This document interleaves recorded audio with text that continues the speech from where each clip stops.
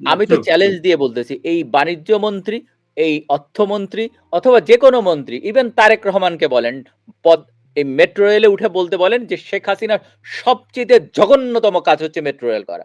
দেখেন তা কি করি। অথবা পদ্মার ওই পারে যেয়ে বলতে বলেন না যে শেখ হাসিনা এই পদ্মা সেতু করে সবচেয়ে খারাপ কাজটি করেছে। সেইটা ওইখানে যদি জামাতের লোকও থাকে, ওইখানে যদি বিএনপি দেখেন তাকে কি হারে ধোলাই দেয় ওরা মিলা। True, Awami true. লীগের যেতে হবে না। না, সাধারণ অ্যাবসলিউটলি মানুষ জি ভাই। তাদেরকে ধোলাই দিবে। আ ২ নাম্বার এই সেতু মন্ত্রীকে অনতিবিলম্বে সরিয়ে দেওয়া জি, এবং জি। ডিসি কেও ক্লোজ আপ করা যে ডিসি কেন এইটার ব্যাপারে কোনো পদক্ষেপ নেয়নি। একটা বঙ্গবন্ধু কন্যার একটা আইকনিক প্রজেক্ট এবং এটা একটা সফল প্রজেক্ট এবং বাংলাদেশের নিজস্ব অর্থায়নে করা। যার জন্য বঙ্গবন্ধু কন্যা লাস্ট টাইম যখন ওয়ার্ল্ড ব্যাংকে এসেছিলেন, তখন ওই ওয়ার্ল্ড ব্যাংকের প্রেসিডেন্টকে একটা পুরস্কার দিয়েছে, একটা ছবি দিয়েছিলেন, সেটা হচ্ছে পদ্মা সেতুর ছবি। আপনার মনে জি, থাকার কথা।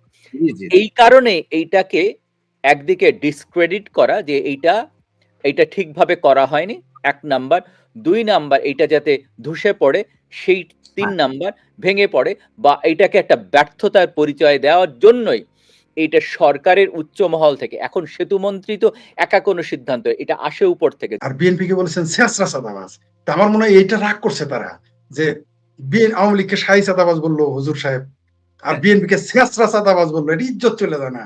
সেই জন্যই তারা বোধহয় ওয়ার্ড কমিটির লোক এই কথা বলেছে, ওয়ার্ড কমিটির একজন ছাত্র, যে যেই আসুক না কেন যে তাকে তারেক রহমান আসলে তাকে চাঁদা দিতে হবে। ভাগ্যিস সে বলে নাই যে চৌথ আসমান থেকে হজরত ঈসা আলাইহিস সালাম আসলো চাঁদা দিতে হবে। এটাই আলহামদুলিল্লাহ বলেন। আর তারেক রহমানের বিরুদ্ধে এটা তারা বলতেই পারে, কারণ তারেক রহমানকে সে দেখেছে যে তার নেতাকে আমার আরেক ভাবির পোলা, ওই কি যেন প্রধান, তার পোলা, আমার আরেক ভাবির পোলা, তার পোলা বলেছে তারেক রহমান হচ্ছে কুলাঙ্গার। তার নেতাকে কুলাঙ্গার বলতে পারে, তারপর জামাত বলছে এটা কুলাঙ্গারের সরকার। তাহলে কুলাঙ্গারের সরকার, কুলাঙ্গার প্রধানমন্ত্রী বলতে পারলে, আর আমার এই ছোটখাটো গাজীপুরের, তাও আবার আমার শ্বশুর এলাকা, এই গাজীপুরের ভাবির পোলাকে একটু বলতে পারে না যে তারেক রহমান আসলো? তিনি গাজীপুরকে মহা উন্নত পর্যায়ে নিয়ে গেলেন শাহী চাঁদাবাজে রূপান্তরিত হতে চাওয়ার জন্য, মনে হয় এটা বলেছে। এটা আপনার রাগ করেন না, এটা তাদের হক। যেমন জামাতেদের হক আছে, যাদের বউ, যাদের স্বামী প্রবাসে থাকে, এমনকি যারা আওয়ামী লীগ করে তাদের বউ যেমন তাদের হক, তেমনি আমাদের ভাবির পোলাদের হক আছে। তারেক রহমান কেন ভাগ্যিস বলে নাই যে কবর থেকে যদি জিয়াউর রহমান খালেদা জিয়া উঠেও আসে, খালাম্মা উঠে আসে, তারপরেও আমরা চাঁদা নিব। এর জন্যই বরং তাদের ধন্যবাদ দেওয়া উচিত যে এই কথাটা অন্তত বলে নাই। কারণ এই সরকারের আমলে কিন্তু এই সরকার এবং আগের সরকার, তথাকথিত সরকার, এদের আমলে কিন্তু কবর থেকে লাশ পোড়ানোর রেকর্ড এদের আছে, কবর পোড়ানো। ভাগ্যিস বলে নাই যে, আবারও বলতেছি আমি সরি, যে তারেক রহমান তো দূরের কথা, তার বাবা কবর থেকে উঠে আসলো, তার মা কবর থেকে উঠে আসলেও আমরা চাঁদা নিব। এটা সে যে বলে না, এটা আমাদের আলহামদুলিল্লাহ বলতে হবে। আর আর ওই যে জামাতেরা বিএনপির বিরুদ্ধে অভিযোগ করেছিল, যারা হইলো সিএনজির দোকানে চাঁদা নেয়, বাস স্ট্যান্ডে চাঁদা নেয়, আমার মনে হয় এটা তাদের মনে পছন্দ হয় না। একটু উন্নত মানের চাঁদাবাজ হতে চেয়েছে। মানে এরা বাঁশের চাইতে কঞ্চা বড় হয়ে গেছে, তাই তারা বলে তরমুজের চেয়ে বিচি বড় হয়ে গেছে, তাই বলে যে তারেক রহমান আসলেও চাঁদা দিতে হবে। এর মাধ্যমে প্রমাণ হয়ে গেছে যে দেশটাই যে আমরা দাবি করতেছি, বা যারা সমালোচক আলোচক দাবি করতেছে দেশের অবস্থা খুবই খারাপ, আমাদের কথারই কিন্তু সাক্ষী দিচ্ছে এই ভাবির বলারা, তারেক রহমানের তাদের জাতীয় ভাইয়া। আরেকটা জি, কারণে কিন্তু বলতে পারে, যেহেতু তাদের জাতীয় ভাইয়া, হয়তো ভাইয়া ছোট ভাইয়া, ভাইয়াদের প্রতি তো আবদার থাকতেই পারে। আর যদি কোনো কারণে তারেক রহমানকে দুলাভাই মনে করে, তাহলে তো আবদার আরো বেশি। সুতরাং এদের প্রতি আমাদের রাগ করা যাবে না। এরা বরং এরা যদি, বললাম তো, এরা কবে না জানি বলে বসে চৌথ আসমান থেকে যদি ঈসা আলাইহিস সালাম আসে, তারপরেও চাঁদা দিয়ে, নামতে সময় চাঁদা দিতে হবে, জি, উঠতে সময় চাঁদা দিতে হবে, এটা বলে দিতে পারে। এতে রাগ জি। করেন না। আমরা আমরা দেখেছি ফরিদ ভাই যে গত ইউনূস সরকার আমলে চাঁদাবাজিটা শিরায় শিরায় পৌঁছেছে। বাট এইবার কিন্তু বিএনপি সরকারের বা বিএনপির লোকজন চাঁদাবাজিকে শিল্পের পর্যায়ে নিয়ে গেছে। একদম কোষে, কোষে সেলে পর্যন্ত চাঁদাবাজিটা পৌঁছে গেছে। মোটামুটি একদম গ্রামের চায়ের দোকান থেকে শুরু করে কৃষিকাজ থেকে শুরু করে এমন কোন সেক্টর নাই যেখানে চাঁদাবাজিকে শিল্পের পর্যায়ে তারা নিয়ে যায়নি। জি, তো তারা যাই হোক শুধু ওইখানে না, বিয়ের বিয়ের গেট করার জন্য তারা টাকা চাঁদা নিয়েছে জানি, জানাজা দিতেও চাঁদা নিয়েছে জানি, কবর দিতেও শুনেছি চাঁদা নিয়েছে। এদের আহা! শিল্পের পর্যায়ে নিয়ে গেছে, আপনি ঠিকই বলেছেন। জি। শিল্পের পর্যায়ে নিয়ে গেছে। আহারে কতটা স্যাড না? আচ্ছা জিয়া ভাই আপনার কাছে চলে আসবো এখন। অনেকটা আপনার ফিল্ডেরই একটা একটা ফিল্ডেরই মজার জিনিস। সেটা হচ্ছে যে আপনারা রিসেন্টলি শুনেছি যে আ আ আপনার হচ্ছে পদ্মার রেল সেতুর পিলারের নিচ থেকে মাটি সরিয়ে নিচ্ছে একদল লোক এবং নারায়ণগঞ্জের ফতুল্লায় পদ্মা রেল সেতুর পিলারের নিচ থেকে মাটি সরিয়ে নেওয়ার একটি ভিডিও সামাজিক যোগাযোগ মাধ্যমে ছড়িয়ে পড়ে। এই নিয়ে শুরু হয়েছিল সমালোচনা আলোচনা।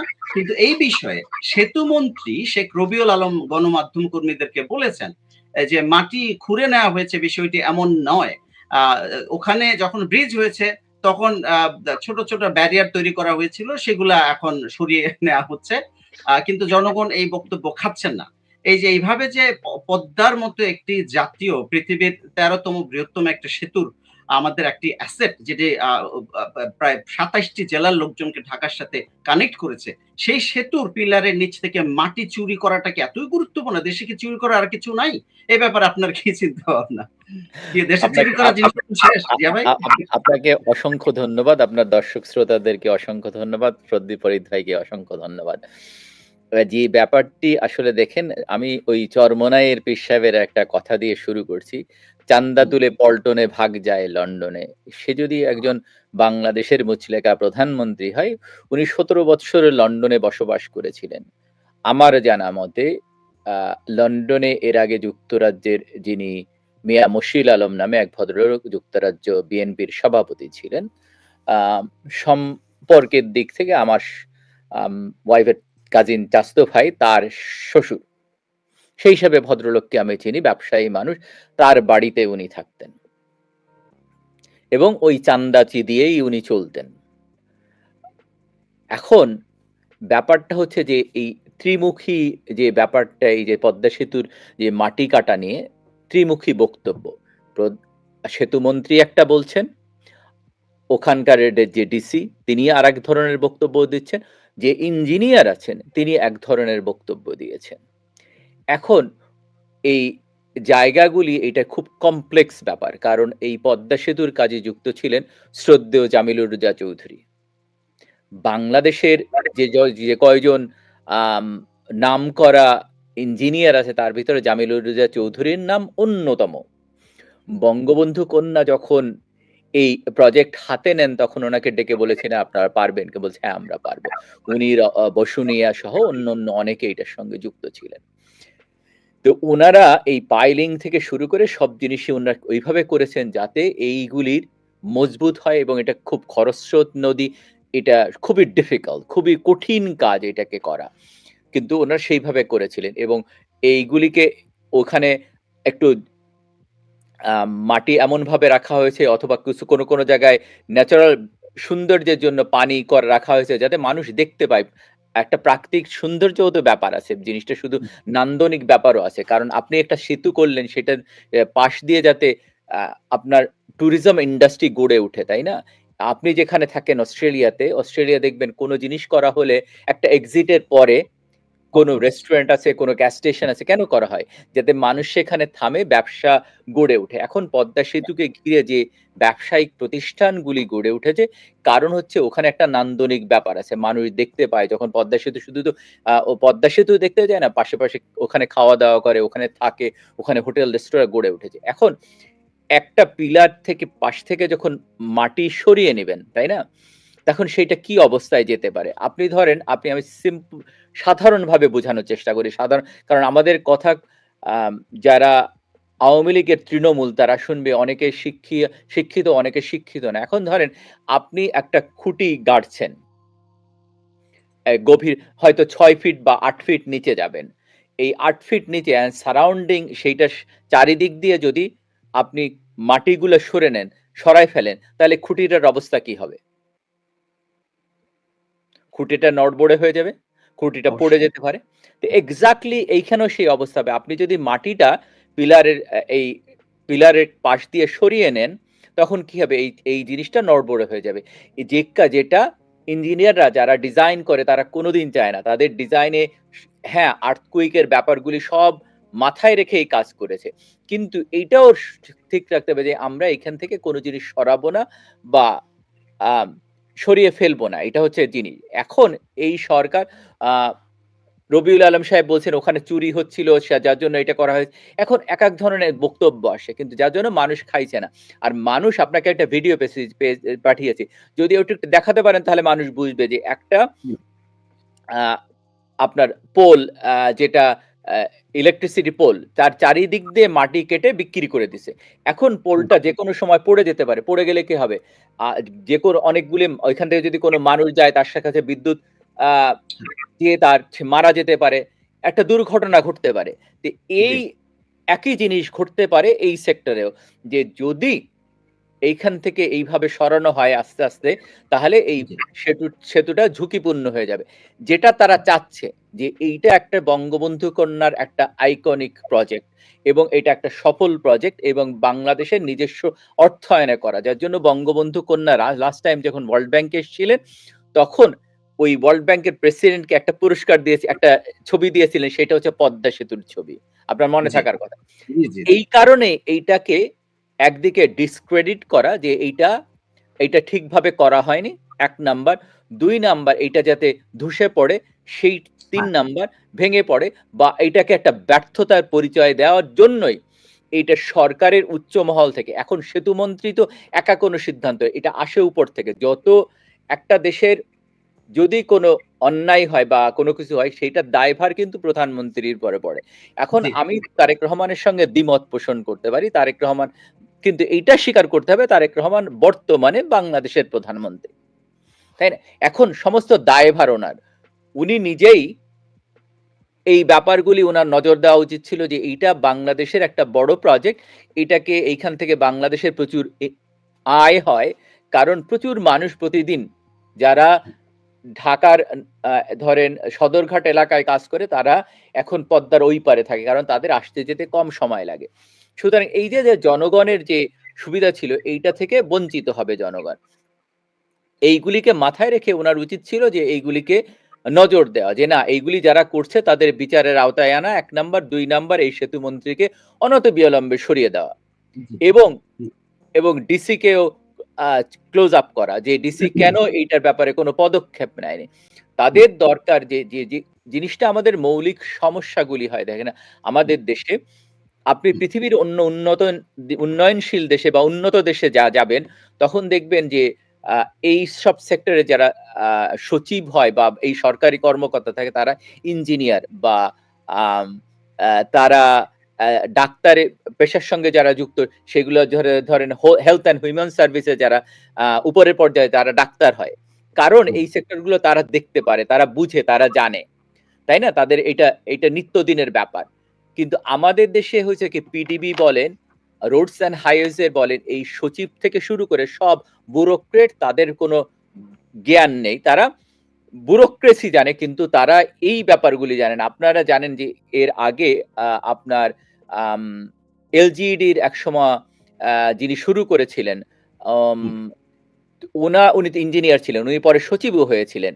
তো জি, এই যে মানুষগুলি আসলে এই দরকার যে এলজি যে স্থানীয় সরকার, সেতু, তারপরে আপনার পিডিবির যে গৃহায়ন অথবা অন্যান্য সেক্টরে যারা সচিব হবে, তাদের শুধু ইঞ্জিনিয়ারিং ডিগ্রি থাকলে হবে না, তাদের এক্সপেরিয়েন্স এই ব্যাপারে থাকতে হবে। তাহলে এইগুলির তদারকি বেটার হবে এবং জি, এইগুলিকে নজর দেওয়া উচিত। কিন্তু তারেক রহমান সাহেব এইগুলি দিতে ব্যর্থ হচ্ছেন। কারণ ফরিদ ভাই ও দেশে এখন যে অরাজকতার সৃষ্টি হচ্ছে, এইগুলি তো মেনে নেওয়া যায় না। দেশে প্রতিদিন হামে এত লোক মারা যাচ্ছে। কই উনি তো সেই ব্যাপার নিয়ে কোন কথা বলছেন না। আ প্র তারপরে প্রতিদিন পুকুরে লাশ, নদীতে লাশ, আ খালে লাশ, বিলে লাশ। এই যে লাশের আমরা স্তূপ দেখছি এই ব্যাপারগুলি কথা বলছেন না। আমরা বলিনি জুলাই আগস্টে হত্যাকাণ্ড কিন্তু এই হত্যাকাণ্ডের পেছনে কারা ছিল? তাদের কিভাবে বোঝানো হয়েছে? জি, তারা তো যে কারণে গিয়েছিল যে তারা বৈষম্য বিরোধী, বৈষম্যহীন একটা সমাজ ব্যবস্থা। জি, আমরাও চাই। বঙ্গবন্ধু চেয়েছিলেন, বঙ্গবন্ধু কন্যাও চেয়েছিলেন। তারা জি, বলেছিল যে বঙ্গবন্ধুর বাংলায় বৈষম্যের ঠাঁই নাই। কিন্তু আমরা তাই না? পরবর্তীতে কি দেখলাম? যে তারা আসলে সেইখান থেকে এইটা মানুষকে ভুল বুঝিয়ে তারা তাদের এই জি, ৭১ এর পরাজিত শক্তি তারা নিজেরাই বলেছে তাদের টার্গেট ছিল বঙ্গবন্ধু কন্যা। আবার তারা বিভিন্নভাবে ন্যারেটিভ দেওয়ার চেষ্টা করেছে। আমি অনেক আগের থেকে একটা কথা বলেছি, শেখ হাসিনা পালিয়ে যাননি। রেজা শাহ পাহলভীর মতো যে হেলিকপ্টারে উঠলেন। শেখ হাসিনা বঙ্গবন্ধু কন্যা উনি যেতে চেয়েছিলেন টুঙ্গিপাড়াতে। উনাকে কার নির্দেশে? কে কল করলো? কোথায় কেন উনাকে ইন্ডিয়াতে নেওয়া হলো? এই কথাগুলি কিন্তু আমি ডে 1 থেকে বলে আসছি।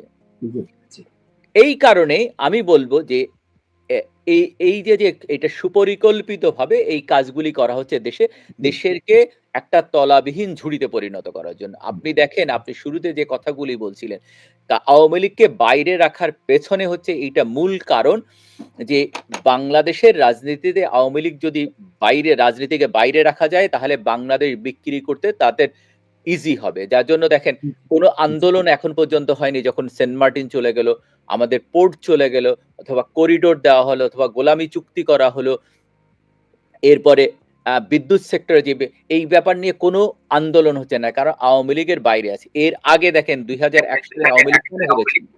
কারণ হেরেছিল এই কারণে, আওয়ামী লীগ ওই যে বিদ্যুৎ মানে গ্যাস চুক্তি ইন্ডিয়ার সঙ্গে হতে যাচ্ছিল, আওয়ামী লীগ ঘোর বিরোধী ছিল। এবং তারপরে এই আমার দেশের সম্পাদক, উনি তখন বিএনপি সরকারের বেগম জিয়ার জ্বালানি উপদেষ্টা ছিলেন মাহমুদুর রহমান। উনি একটা গোলামি চুক্তি করেছিলেন টাটার সঙ্গে, এবং আওয়ামী লীগ মাঠে নামে জনগণকে নিয়ে, তখন 50 জন মানুষকে হত্যা করে, এবং কৃষকরা যখন সারের দাবিতে আন্দোলন করে তখন হত্যা করে কৃষকদের।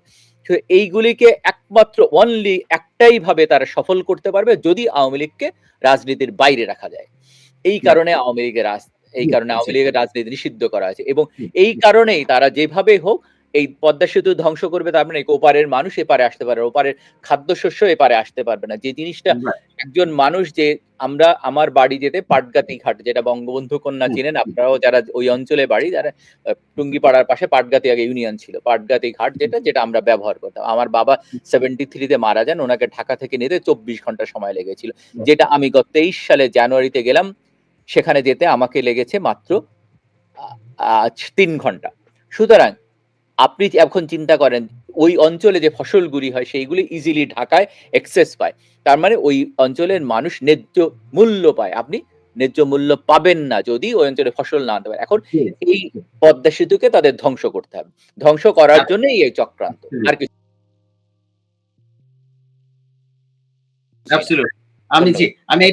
এটা তো আমরা সবাই জানি যে আওয়ামী লীগকে বাইরে রাখা হয়েছে, নির্বাচনের বাইরে আওয়ামী লীগের কর্মকাণ্ড নিষিদ্ধ করা হয়েছে। এই যে আমেরিকার সাথে যে গোলামির চুক্তি, আমেরিকাকে যে বাংলাদেশ সমস্ত পোর্টের অ্যাক্সেস দিয়ে দেওয়া হয়েছে, বঙ্গোপসাগরের তেল গ্যাস এক্সপ্লোরেশনের রাইট দেওয়া হয়েছে, এগুলো সব কিন্তু আওয়ামী লীগ থাকলে দিতে পারতো না। তো এই জন্য আওয়ামী লীগকে দেশ বিক্রি করতে, এটা আওয়ামী লীগকে বাইরে রেখেই দেশ বিক্রি করতে হবে। আওয়ামী লীগকে রেখে দেশ বিক্রি সম্ভব নয়। আমি ফিরে আসবো ফরিদ ভাইয়ের কাছে। ফরিদ ভাই, আবারও আপনার কাছে চমৎকার প্রশ্ন, সেটা হচ্ছে যে সম্প্রতি তারেক রহমানের বন্ধু এলজিআরডি প্রতিমন্ত্রী জনাব মীর শাহ আলম বগুড়ার শিবগঞ্জ উপজেলায় 3টি নতুন ইউনিয়নের নাম দিয়েছেন ওনার বংশ মীর বাড়ি, ওনার 2 ছেলে সীমান্ত ও দিগন্ত এই নামে। এছাড়া প্রধানমন্ত্রীর শ্বশুরের নামে সিলেটে আব্দুস সামাদ আজাদের নামে যে রাস্তা ছিল সেটিকে নতুন করে নামকরণ করা হয়েছে প্রধানমন্ত্রীর শ্বশুরের নামে। এছাড়া পাবনা 2 আসনের সংসদ সদস্য একেএম সেলিম রাজা হাবিব বেড়া উপজেলার ফকিরকান্দি নিম্ন মাধ্যমিক বালিকা বিদ্যালয়ের নাম পরিবর্তন করে নিজের মায়ের নামের অনুসারে জাকিয়া হাবিব নিম্ন মাধ্যমিক বালিকা বিদ্যালয় করার আবেদন করেছেন। শিক্ষা মন্ত্রণালয় এ ব্যাপারে বন্দোবস্ত করছে। তো অনেকেই বলছেন যে আপনাদের যদি নামকরণ করার এতই শখ থাকে, তাহলে নিজেরা নিজেদের টাকায় প্রতিষ্ঠান বানিয়ে বা নিজেরা নিজেদের টাকায় জিনিসপত্র বানিয়ে নিজেরা নামকরণ করেন। কিন্তু এইভাবে ইউনিয়নের নাম, তারপরে হচ্ছে কে যেন সেদিন দুষ্টুমি করে মিম বানিয়েছে যে ভবিষ্যতে তো বগুড়ার নাম হয়ে যাবে মিরগুড়া।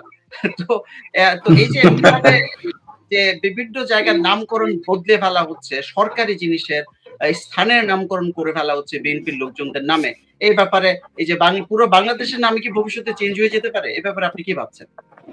ধন্যবাদ আপনাকে আবারও। অনেকে বলেছে মিরগুড়া, ভাগ্য সঠিক নাম মীর জাফর। মীর জাফর রাখে নাই, রাখতে চায় না কিনা এটা আবার দেখেন, কারণ এদের কাছে মীর জাফরও তাদের শ্রেষ্ঠ ব্যক্তি হইতে পারে, অস্বাভাবিক কিছু না।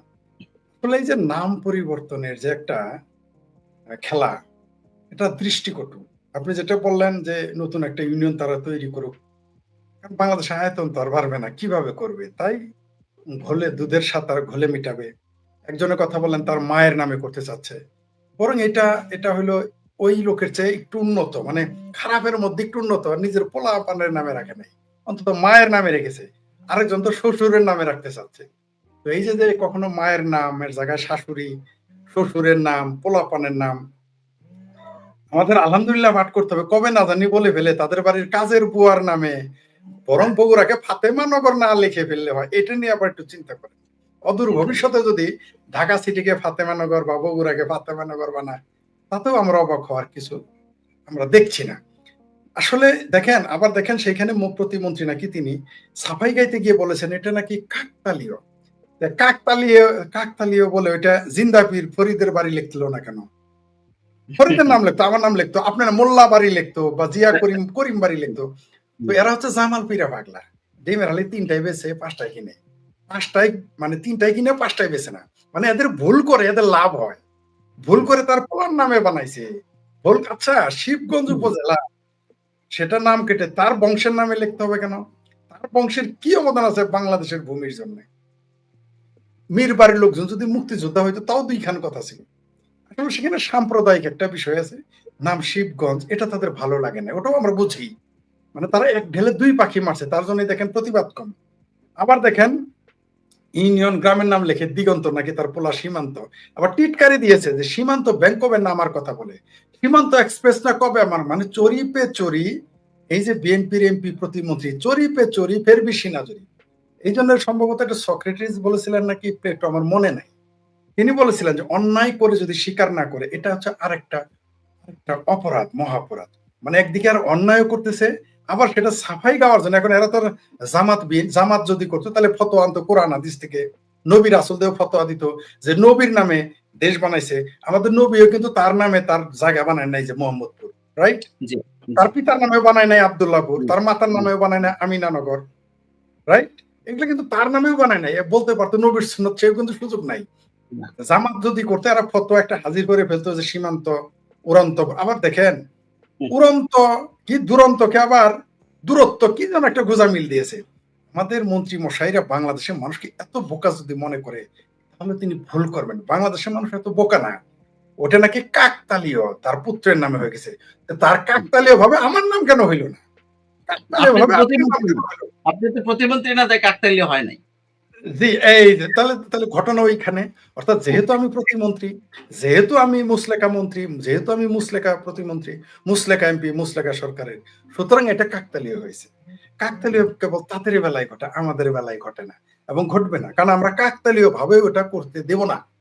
আমরা এটা কাকতালীয় ব্যাপারও এটা ঘটবে না আমাদের বেলায়, কিন্তু তার বেলায় ঘটবে। তাদের কাছে বঙ্গবন্ধুর নাম করলে নামে যদি হয় সেটা বিরাট অপরাধ, শেখ হাসিনার নামে হলে তো আরো বড় অপরাধ, তারপরে শেখ রেহানার নাম হলে তো কথাই নাই। ঠিক আছে, বঙ্গবন্ধুর পাঠ্যসূচিতে তার ভাষণ দিলে তাদের গা জ্বলে, কিন্তু সেইখানে ওই যে তালিবর্ষ ও অন্তস্থ আদি তার গল্প আসতে পারবে। এমনকি বিশেষ আলোচনায় আসতে পারে সংসদে স্বাধীনতা বিরোধীদের, কিন্তু বঙ্গবন্ধুর নামে এদের চুলকানি, এদের চুলকানি শেখ মুজিব নামে, এদের চুলকানি জয় বাংলা নামে, এদের চুলকানি শেখ হাসিনা নামে, এদের চুলকানি আওয়ামী লীগ নামে, এদের চুলকানি হলো মুক্তিযুদ্ধ শব্দ। এরা ভুল করে ওই দিকে কিন্তু যায় না। কেউ শাশুড়ির নামে, কেউ শ্বশুরের নামে, কেউ পোলার নামে, কেউ মায়ের নামে, কেউ খালার নামে, মানে কি আর বল, কবে না জানি শালা শালির নামেও শুরু করে দিবে আর নাম, এলাকার নাম বদলানো। এখন মনে করেন ঢাকা শহরটা যদি আমাদের ওই যে ভাবির ছেলে আর একটা কি সাদেক ভাইয়ের ছেলে, যাই ওটা ভাবির ছেলে বলা যাবে না, ওটা সাদেক ভাইয়ের ছেলে, আমরা জানি সাদেক ভাইয়ের ছেলে বললাম। জি জি, ইশাক নাকি কি যেন, আমার অনেক ভাই ভাবি তো কয়েকজনের নাম মনে রাখবো। তো এই ইশাক যদি আবার বলে ফেলে যে ঢাকা শহরে দুই জায়গা আছে, তাদের দুই কাজের মেয়ের নামে উত্তর ঢাকা দক্ষিণ ঢাকার জায়গার নাম পাল্টে ফেলতে পারে, আমাদের কিছুই বলার থাকবে না, কিছুই বলার থাকবে না। এরা তবে এই দেশে যা ঘটতেছে পুরো সার্কাস। একটা দেশ এইভাবে চলতে পারে? এই দেশের অর্থনীতি নিয়ে কথা নাই, শিক্ষানীতি নিয়ে কথা নাই, গণতন্ত্রের প্রশ্ন নাই, সংবিধানের কথা নাই, মুক্তিযুদ্ধের প্রশ্ন নাই, এমনকি মানে যা পাগলও বুঝেনি বিনিয়োগের কথা পর্যন্ত নেই। আরে বাবা, বিনিয়োগ হইলে তো দুইটা বাটপারি করেও খাইতে পারতা, তাইলে তো বিনিয়োগ হলে তো কিছু চান্দা ধান্দা করে খাইতে পারতা। কারণ প্রধানমন্ত্রীর অনুমতিও প্রধানমন্ত্রীও ঠেকাইতে পারবে না তোমাদের চাঁদাবাজি। তাইলে তো এই যে পদ্মা ব্রিজের নিচের মাটি কামড়ায় খাইতে হবে না। অন্তত বিনিয়োগটা আনলেও তো এই যে আশিক নাকি ফাশিক চৌধুরী, বললাম সে নাকি কোথায় কোন, এটা নিয়ে আপনাকে আমি একটা প্রশ্ন করবো একটু পরে। আচ্ছা, একটু পরে প্রশ্ন আছে। আমি আচ্ছা জিয়া ভাই আপনার কাছে চলে আসি। Interesting question. তারেক রহমানের মানে প্রধানমন্ত্রীর তথ্য উপদেষ্টা প্রতিমন্ত্রী ডক্টর জাহিদুর রহমান সাধারণ পাসপোর্ট ব্যবহার করে, কূটনৈতিক পাসপোর্ট বা লাল পাসপোর্ট ব্যবহার না করে, সাধারণ পাসপোর্ট ব্যবহার করে দিল্লি এয়ারপোর্টে নাজেহাল হয়েছেন এবং দিল্লি এয়ারপোর্টে সিকিউরিটি লোকজন তাকে নেশৈরি বা বলেছে যে এই নেশৈরি লোকটা কিভাবে একটা মানে উপদেষ্টা হয় একটা প্রধানমন্ত্রীর। বলেছে যে সে একটা নেশাগ্রস্ত একটা লোক। সে কিভাবে একটা প্রধানমন্ত্রীর আচ্ছা আমি বুঝলাম না। আমরা তো পৃথিবীর বহু দেশে গিয়েছি আলহামদুলিল্লাহ। আমাদের কিন্তু কখনো কোনো দেশে বলে নাই নেশৈরি দেখতে নেশাগ্রস্ত। তাকে কেন নেশাগ্রস্ত বলে ২ ঘন্টা তাকে নাজেহাল করে তারপরে দিল্লি ঢুকতে দিল। তখন আবার তিনি রাগ করে দিল্লি না ঢুকে দেশে ফিরে আসলেন। এসে তারপরে চোটপাট করলেন এবং শুনলাম পররাষ্ট্রমন্ত্রী খলিল বলছে ভারতের বিরুদ্ধে স্যাংশন দিবে। বাংলাদেশ কি ভারতের তাই বিরুদ্ধে নাকি? স্যাংশন দেওয়ার আমি মতো একটু আমি কন্ডিশনে একটু আমি একটু আমি লোভ সামলাইতে পারতেছি না। প্লিজ আমাকে 30 সেকেন্ড থেকে সময় দিবেন। মানে কে বলেছে ভারতের বিরুদ্ধে স্যাংশন দিবে? আবার একটা নামটা বলেন। আমাদের পররাষ্ট্রমন্ত্রী খলিল সাহেব নাকি বলেছে ভারতের বিরুদ্ধে ব্যবস্থা নেবেন including with like there is a possibility they are hmm. Considering about sanction. ও তাই নাকি? বাপরে! ব্লেজার খলিলের এত বড় সাহস। আমি দোয়া করি জামাতের সেই কি তাহের নাই কাহের তার ভাষায় বলি। আমি দোয়া করতেছি আমাদের ব্লেজার খলিল ভারতের উপরে স্যাংশন জারি করুক। আমরা একটু দোয়া করতেছি। জি, প্লিজ সরি ইন্টারাপ্ট করার জন্য। আমার যেটা মনে হয় যে সেটা হচ্ছে যে আমিও ফরিদ ভাইয়ের সঙ্গে সুরে সুর মিলিয়ে কথা বলি যে যদি পারেন তাহলে দেন। আমরা একটু দেখি। মুরাদ কতটা আছে, তারেক রহমানের গাটস কতটা আছে, তারেক রহমানের যদি কোমরে জোর থাকে তাহলে দেন। আমরা দেখতে চাই। কথা এবং কর্মের মিল থাকতে হবে। যদি দিতে পারেন আমি খুশি হব। আমি দেন। জি, ব্যক্তিগতভাবে এটা আমার ব্যক্তি ওপিনিয়ন। আমি যেখানে জি। থাকি সেই দেশের আমাদের ধর্ম অনুযায়ী যে সেই দেশের আইন কানুন মেনে চলতে হবে। আমি সেই আইন কানুন মেনে চলি এবং বাই আমেরিকান সেটা বিশ্বাস করি এবং বাই বাংলাদেশী সেটা বিশ্বাস করি। আমি সবচাইতে খুশি হব। আপনি কেন অন্য দেশের জিনিস কিনেন? আপনার দেশে তখনই জিনিস আসবে যখন আপনি কিনবেন। আপনি যদি না কিনেন তাহলে আসবে কেন? আজকে যদি আপনি অস্ট্রেলিয়াতে যদি আপনার আমেরিকান প্রোডাক্ট বা ব্রিটিশ প্রোডাক্ট বা জার্মান প্রোডাক্ট না কিনেন, আপনার সেখানে ঢুকবে বলেন আমাকে? না। ঢুকবে না। জনগণকে এটা করতে হবে। আমি কি যদি না দেখুন বাংলাদেশের জনগণকে তারা কি চায়? একটা হচ্ছে যে আমাদের নিজস্ব অনেক কিছুতে আমরা নির্ভরশীল অন্য দেশের প্রতি। এখন আপনার দেখতে হবে যে সাধারণ মানুষ আপনার কত পার্সেন্ট মানুষ বিলো পভার্টি তে বাস করে, কত পার্সেন্ট মানুষ নিম্ন আয়ের দেশে আমাদের নিম্ন আয়ের দেশ থেকে মধ্যম আয়ের দেশে গিয়েছিলাম। সেখান থেকে আবার নিম্ন আয়ের দেশে চলে এসেছি। সুতরাং এই অবস্থা যদি চলতে থাকে তাহলে আমাদের যে মানুষগুলি না খেয়ে মারা যাবে, দুর্ভিক্ষ হবে। সুতরাং সেই দিকে মাথায় রেখেই সরকারকে কাজ করতে হয় যে আমরা কোথা থেকে খাদ্যশস্য বা যেকোনো জিনিস র ম্যাটেরিয়ালস বলে যেটা বিশেষ করে ওষুধ তৈরিতে এই অনেক কিছুই আমরা পার্শ্ববর্তী দেশ থেকে আনি। কারণ আমাদের ক্যারিং কস্ট কম পড়ে এবং একটু কম মূল্যে। আপনি যদি এখন পাম অয়েল বাংলাদেশ, মালয়েশিয়া অথবা ইন্দোনেশিয়া বাদ দিয়ে যদি অস্ট্রেলিয়া থেকে বা জাপান থেকে আনে আপনার দাম দ্বিগুণ পড়বে না? আপনি অস্ট্রেলিয়ায় যেখানে থাকেন তারা ইম্পোর্ট করবে, তারা একটা প্রফিট করবে। তারপরে তারা এক্সপোর্ট করে ক্যারিং কস্ট বেশি পড়বে। সুতরাং দাম বেশি পড়বে। এখন সেই জিনিস মাথায় রেখেই সরকার এর নীতি নির্ধারকরা কাজ করেন। এখন আমাদের যদি জ্ঞান বুদ্ধি আমরা হারিয়ে ফেলি তাহলে তো এই অবস্থা হবেই। এখন না এটা কি ওনাদের একটা বড় ধর্নার ব্লান্ডার না? জিয়া হ্যাঁ? ভাই যে উনি কেন সাধারণ পাসপোর্টে না, ইন্ডিয়ার ভিসা সেইটা আমি আসছি। এখন উনি সরকারের একটা আ সরকার প্রধানমন্ত্রীর উপদেষ্টা, তথ্য উপদেষ্টা। উনার উচিত ছিল যে উনি রেড পাসপোর্ট নিয়ে যাবেন। তার মানে আপনি সরকারি আইন মেনে যাচ্ছেন, তাই না? আপনি যখন বিদেশে যাবেন সরকারি প্রতিনিধি হিসাবে, সরকারি সেইটা যে দেশে বাস করেন না কেন, সেই দেশের এখন যদি আমেরিকার কোনো আ ব্যুরোক্রেট সে যদি সরকারি সফরে ইন্ডিয়া বা সরকারি সফরে অস্ট্রেলিয়া সে কিন্তু আমেরিকান সরকারের যে পাসপোর্ট রেড পাসপোর্ট সেটা ব্যবহার করবে। আপনি যদি যেখানে আছেন সেখান থেকে কানাডায় যান, আপনি তার দেশের সরকারি পাসপোর্ট ব্যবহার করবেন। সেই ক্ষেত্রে ওই সরকার আপনাকে নিরাপত্তা থেকে শুরু করে এভরিথিং দিতে বাধ্য। তাই না? ইন্টারন্যাশনাল একটা আইন আছে। সেই আইন অনুযায়ী কাজগুলি হয়। এখন উনি কি কারণে প্রশ্ন জাগে যে কি কারণে উনি সরকারি পাসপোর্ট নিলেন না? কেন উনি উনার নিজস্ব পাসপোর্ট? তার মানে উনি আইন মানেননি। এই কথাটা একটু মিলিয়ে দেখেন। আমি ১ম এই বলেছিলাম যে তারেক রহমান এসছেন উনি দেশের প্রচলিত আইন না মেনেই ভোটার হয়েছিলেন আপনার মনে থাকার কথা। এই ছোট, ছোট জিনিস অপরাধ একটা বড় অপরাধের জন্ম দেয়। যে দেশের প্রধানমন্ত্রী আইন মানে না, সেই দেশের জনগণকে উনি কিভাবে বলেন যে আপনারা আইন মেনে চলুন? মানবেন না তো। কারণ উনি যখন বাংলাদেশে গেলেন তখন অলরেডি তফসিল ঘোষণা হয়ে গেছে। এই তফসিল ঘোষণার পরে বাংলাদেশের আইন অনুযায়ী কেউ ভোটার হতে পারে না। হুম। রুল। তার ন্যাশনাল আইডি হবে না। সুতরাং ওনার যদি এই ইচ্ছাই থাকতো তাহলে উনি লন্ডনে কেন এটা করেননি?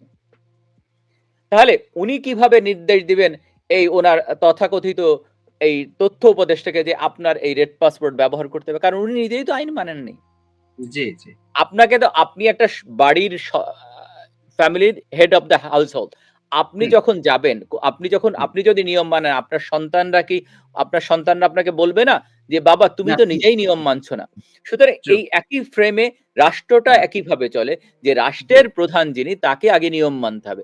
নিয়ম মানলে উনার গাড়ি চালিয়ে বিভিন্ন জায়গায় যাওয়ার সময় হচ্ছে, কিন্তু এতগুলি শিশু মারা যাচ্ছে সেখানে যাওয়ার সময় হচ্ছে না। এই রাইট। যে অপরাধগুলি সংগঠিত হচ্ছে সেগুলি করার হুম। সময় হচ্ছে। এখন উনাকে দেখে কি কারণে ওনার ভিসা ছিল কিনা সেটা দেখতে হবে। তার মানে উনি রেড পাসপোর্টধারীদের অনেক সময় ভিসা বা কোনো কিছু দরকার হয় না। এখন উনার যদি সাধারণ পাসপোর্ট দেয়, উনার সাধারণভাবে ট্রিট করবে, তাই না? তারপরেও আমি দেখেছি ইন্ডিয়া বা অন্যান্য দেশে এই ব্যাপারগুলি খুব তারা ভালো সার্ভিস দেয়। আমি আমার ২০১৭ সালে, ১৭ না তার আগে ১৩ সালে আমি একবার ঢাকা থেকে কলকাতা হয়ে দিল্লি ওই দিক দিয়ে যাচ্ছি। তো আমি ঢাকা এয়ারপোর্টে গেলে আমার পাসপোর্টে বলছে আপনার কোনো টিকিট নেই। আমি বললাম যে আমি বোর্ডিং কার্ডে যে প্রিন্ট করে আনছি বাসা থেকে, ভাই আমার বলছে না দিবে না। তারপর বলছে ঠিক আছে আমি দিতে পারি, আপনি কলকাতায় যেয়ে আর ফ্লাই করে দাও। কলকাতায় গেছে বলছে এভরিথিং ইস ওকে।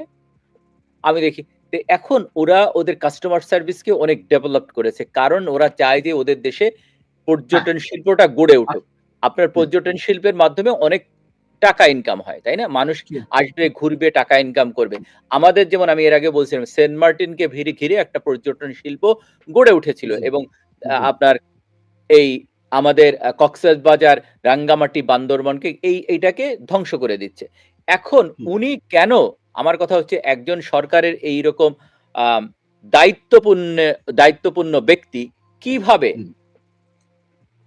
তার রাজ মানে দেশের রাইট। পাসপোর্ট ব্যবহার না করে কেন উনি নিজস্ব এবং ব্যক্তিগত এটা তার মানে কিন্তু উনার বাংলাদেশ। কোনো উদ্দেশ্য আছে?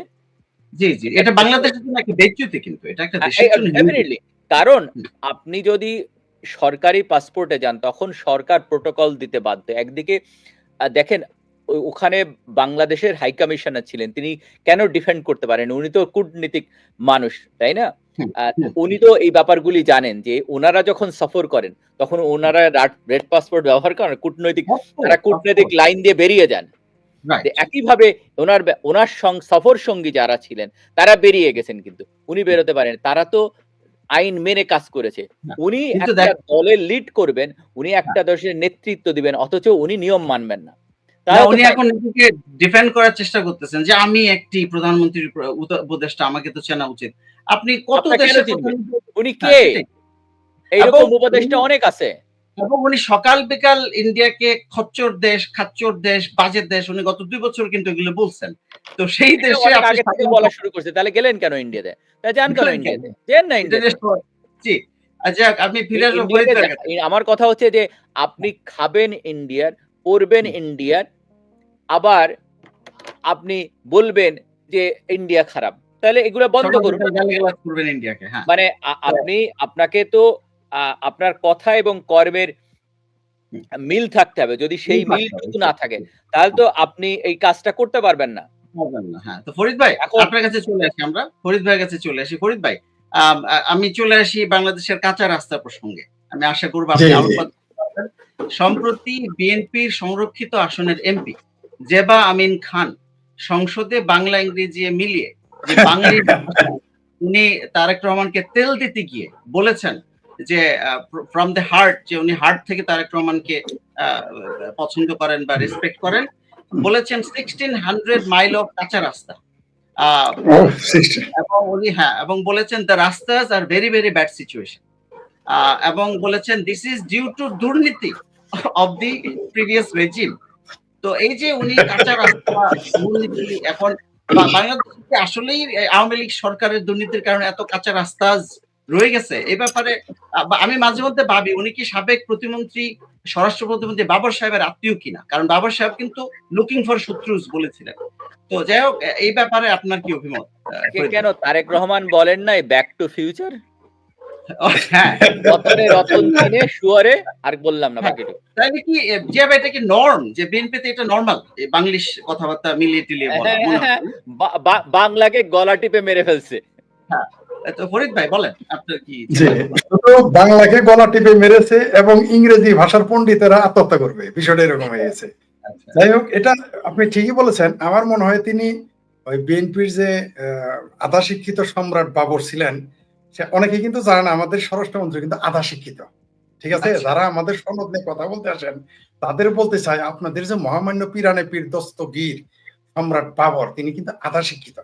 যাই হোক, এখন বুঝে নিয়েন কে কত শিক্ষিত। বিশ্বাস না হয় তাকে গিয়ে জিজ্ঞেস করবেন আপনারা। আমার দুর্ভাগ্য অথবা সৌভাগ্য, যখন তিনি লাগেজের ব্যবসা করতেন, আমরা তো বুঝতাম না লাগেজ ব্যবসা কি। আমরা থাইল্যান্ডে যেতাম হইলো বেড়াইতে, পরে মনে পড়েছে এই লোকটাকে মনে আছে যে তিনি লাগেজ ব্যবসা করা থেকে হাফ শিক্ষিত লোকটা শুধুমাত্র তারেক রহমানের পদধূলির কারণে, তার পাও ধোয়া পানি খাওয়ার কারণে স্বরাষ্ট্র প্রতিমন্ত্রী হয়ে গেছিলেন। তিনি বলেছিলেন উই আর লুকিং ফর শত্রুস। সম্ভবত এই যে আমি যেহেতু ভদ্র মহিলা, আমি কোন নারী বিদ্বেষী বক্তব্য দিতে রাজি না, কিন্তু তাই সাধারণভাবে একটু বলতেছি, ভাবির পোলারা হইলে ততক্ষণ ধুয়ে দিতাম। তো আমার এই ভাবি বা আপা বা আমার বিআইন, তিনি যে সুন্দর ইংরেজি বলেছেন, আমার ধারণা সম্রাট বাবর বলেছে যাক এতদিনে আমার একটা মুরিদান পাওয়া গেল। ঠিক আছে, আবার মহিলা মুরিদান, সম্ভবত সবচেয়ে বেশি খুশি সম্রাট বাবর। সেটা তো গেলই। আপনি যেটা বললেন, দেখেন, খাল কাটলো বিএনপি, বললো যে তারা 15 দিনে বাংলাদেশে অর্ধেক খাল কেটে ফেলেছে। এইখানে দুর্নীতি আওয়ামী লীগ কেমনে করলো আমি তো বুঝতে পারলাম না। আমি অঙ্কে খুব কাঁচা, আমি অঙ্কে সবসময় সর্বদাই কম নম্বর পাইতাম, কিন্তু এত কাঁচা না যে 18 মাস ক্ষমতায় থাকলো হইলো তাদের তাদের বড় ভাই বা দুলা ভাই বা খালাতো ভাই ডক্টর ইউনূস আদম ব্যাপারী, তিনি 18 মাস ক্ষমতায় থাকলেন। আর এরা ক্ষমতায় থাকলো, তখন করলো খাল খনন। এইখানে দুর্নীতি আওয়ামী লীগ কিভাবে করলো আমি বুঝতে পারলাম। আমি তো অঙ্কে দুর্বল, আমাকে যদি তারা একটু বুঝাই দিত আমি খুব খুশি হইতাম। আমি অঙ্কে দুর্বল হইতে পারি, বাংলাদেশের মানুষ এত অঙ্কে দুর্বল না। ঠিক আছে, তারা কিন্তু এটা বুঝে গেছে। এই ইয়ার কি ফাইজলামি, এই যে আমাদের সাবেক র্যাবের প্রধান বেনজির আহমেদ, তার বিরুদ্ধে কি বললো, তিনি নাকি প্রথমে বললো শত শত কোটি, তারপরে যখন তাকে খুঁজে পাওয়া গেল তখন বললো যে হাজার হাজার কোটি টাকা তিনি পাচার করেছেন। সর্বশেষ আমরা জানলাম, আমিও বিশ্বাস করতে পারি নাই, আমি ভেবেছিলাম 1400 কোটি টাকার চার্জশিট দিয়েছে, পরে শুনি 14 কোটি টাকা। অর্থাৎ যার গরু সেই এখন বলতেছে আমার গরু বিয়ায় নেই। মানে চার্জশিট দিল ইউনূসের আমলে মামলা, চার্জশিট দিল আমার ভাবির পোলাদের সরকার, আমাদের জাতীয় ভাইয়ার সরকার, 14 কোটি। তাহলে এখন কে আসামি করা, কাকে আসামি করা উচিত আমি তো বুঝে উঠতে পারতেছি না। বেনজির আহমেদ নাকি যারা এতদিন বললো বেনজির আহমেদ সাবেক র্যাবের প্রধান, ধরে নিলাম তিনি দুর্নীতি করেছেন, মেনে নিলাম, ধরে নিলাম তর্কের খাতিরে ওই যে আমার শ্রদ্ধেয় কমরেড মঈনুদ্দিন খান, বা ধরে নিলাম তিনি দুর্নীতি করেছেন। ভাই 1000 কোটি টাকা লেখো, 1500 কোটি লেখো, কমসে কম 100 কোটি লেখো। এইভাবে বেজ্জতি করার কোনো মানে হলো? সেখানে আমার ভাবির পোলাদের পিএস এপিএস 200 300 400 কোটি টাকা মারে। যে এরকম দাঁড়িয়ালা তানভীর নাকি এই মাত্র ঈসা নবীর সাথে আসর নামাজ পড়ে টপ করে পৃথিবীতে পদার্পণ করেছেন। সেই ভাবির পোলার নামেও বই কেলেঙ্কারি, প্রিন্টের কেলেঙ্কারি 400 কোটি। তাহলে সেইখানে বেনজির আহমেদকে এত বড় দুর্নীতিবাজ, আরে তো আওয়ামী লীগের আমলে দুর্নীতিবাজ, এত ক্ষমতাধর, মাত্র 14 কোটি টাকার চার্জশিট। ইস, আমার তো মনে হয় বেনজির সাহেবের 11 উপরে মামলা করা উচিত, একটা আমার নামে কেন মাত্র 14 কোটি টাকা দিল। একদম পুরা বেজ্জতি। আমি যদি বেনজির আহমেদ হইতাম, আমি তাকে নাকি দুবাই ধরেছে বলে আমি দুবাই থেকে মামলা করতাম, বাট আমার ইজ্জত, আমার মুখটাই নষ্ট করে দিয়েছে। জি জি জি জি জি, এটা বলা উচিত। যেটা বললেন, এই যে আমাদের আপারা ভাবিরা সংসদে যা বলতেছে, কাজ না থাকলে না খই বাঁচতে হয়। বিএনপির নেতা, বিএনপির এমপি, বিএনপির মন্ত্রী, বিএনপির মুসলেখা সরকারের মুসলেখা বিরোধী দল, আমার ভাবির পোলারা, তারপরে কি বলে আর স্বতন্ত্র প্রার্থী যারা মুসলেখা স্বতন্ত্র প্রার্থী, এদের তো কোনো কাজ নাই। তো কাজ না থাকলে তখন খই বাঁচতে হয়, খই বাঁচতেছে। খই ভাজাও কিন্তু একটা কাজ, দিন শেষে খই ভাজলে সেটা শীতকালে মোটামুটি আত্মীয়দের খাওয়ানো যায়। এরা যদি আরো কোনো প্রবাদ থাকে বানাইতে হয়, তো কোনো কাজ নাই, তাইলে ডাইলে একসাথে করে দিছে, চাল ডাল বাঁচতেছে, আর কোনো কাজ নাই। তাই উদ্ভট কথা বলতেছে, উদ্ভট শব্দ উচ্চারণ করতেছে, সংসদে উদ্ভট বিষয় আনতেছে।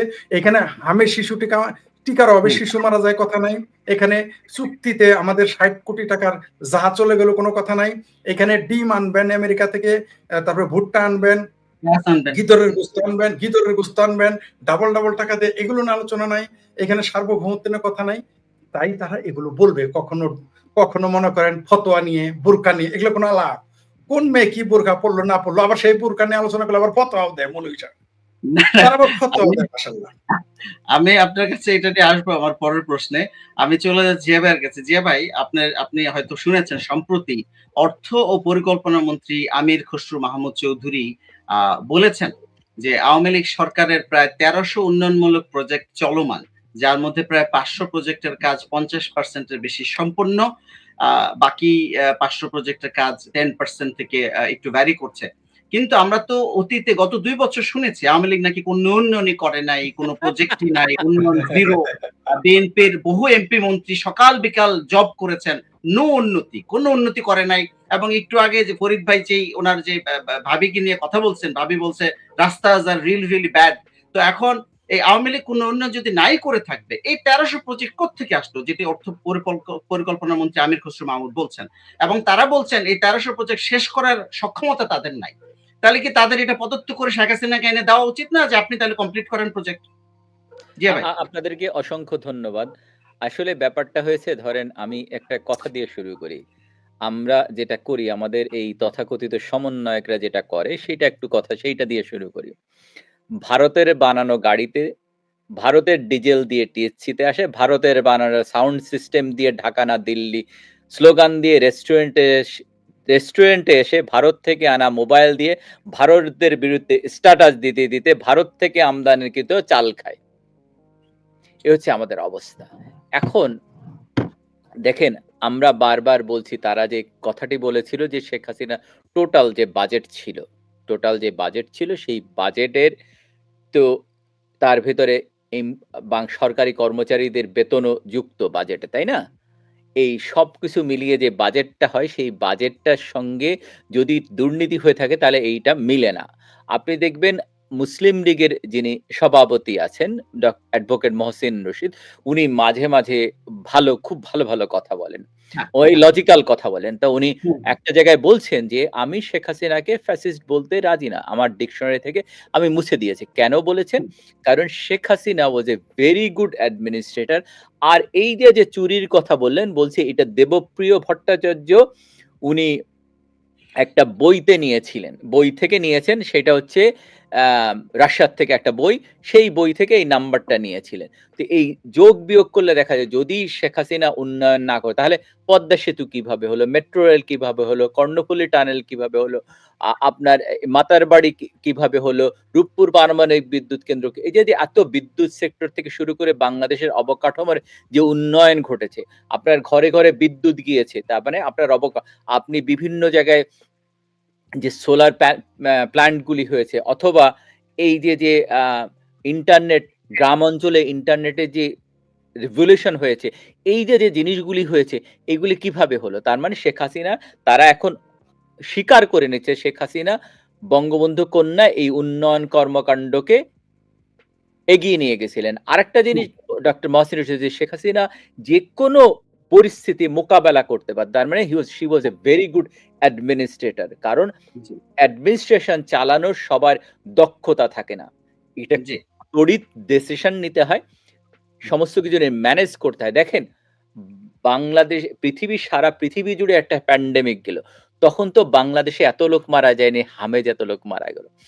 এর ভেতরে বাংলাদেশে একটা উদাহরণ হিসেবে ব্যবহার করতে হতো উন্নয়ন রোল মডেল হিসেবে, ১ নাম্বার। ২ নাম্বার, বাংলাদেশে যে এই যে ভ্যাকসিনের জন্য বাংলাদেশকে আরেকটা রোল মডেল হিসেবে ব্যবহার করত। শান্তিতে পৃথিবীর বিভিন্ন দেশে শান্তি পিস মিশনে বাংলাদেশ সেনাবাহিনীকে ব্যবহার করা হতো। এইগুলো একটা রোল মডেল ছিল পৃথিবীর বুকে। কিন্তু এখন কি হচ্ছে?